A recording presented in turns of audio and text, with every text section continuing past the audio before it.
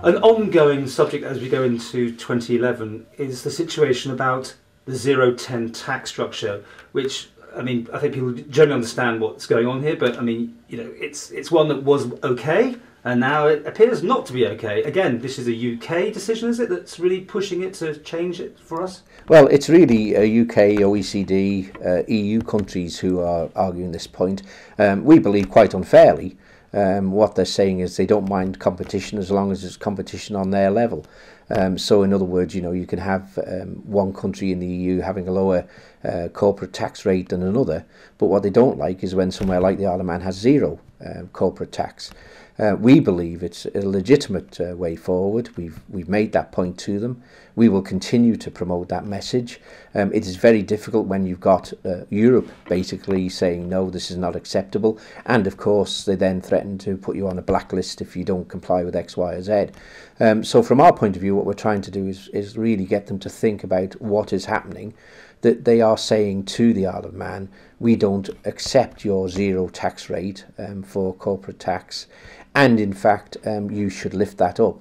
What we're saying is that taxation is a matter for us, and therefore we should be free, like all other countries, especially sovereign countries, to set our own corporate tax rate.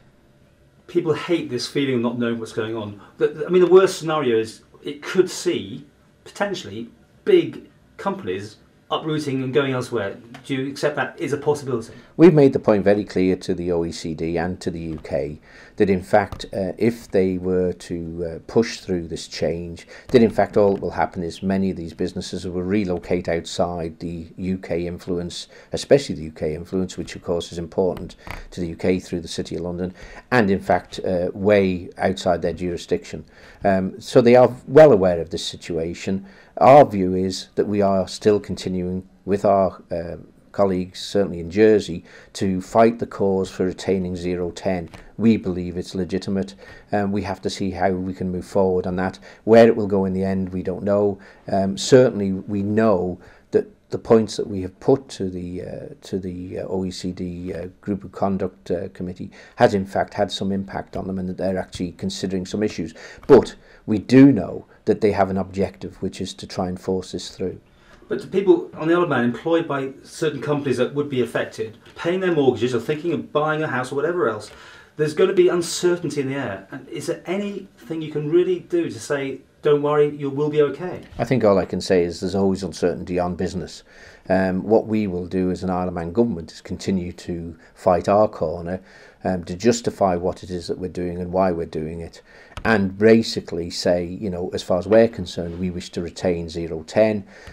If we have to move forward, we will have to look at how that would happen. The timescale we still don't know. What we can say, though, is that since 1999, when all this sort of thing started to impact on the Isle of Man and the other Channel Islands, and the Channel Islands, what happened was that there was a timescale of introduction allowed. So things didn't happen overnight.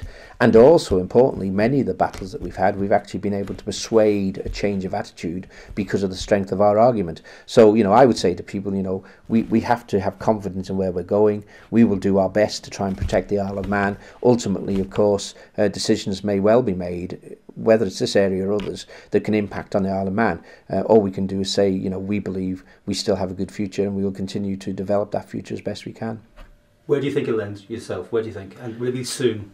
Well, I can't say where it'll end. I think the point is that we have to wait for the Code of Conduct Group to report and come back with what they say.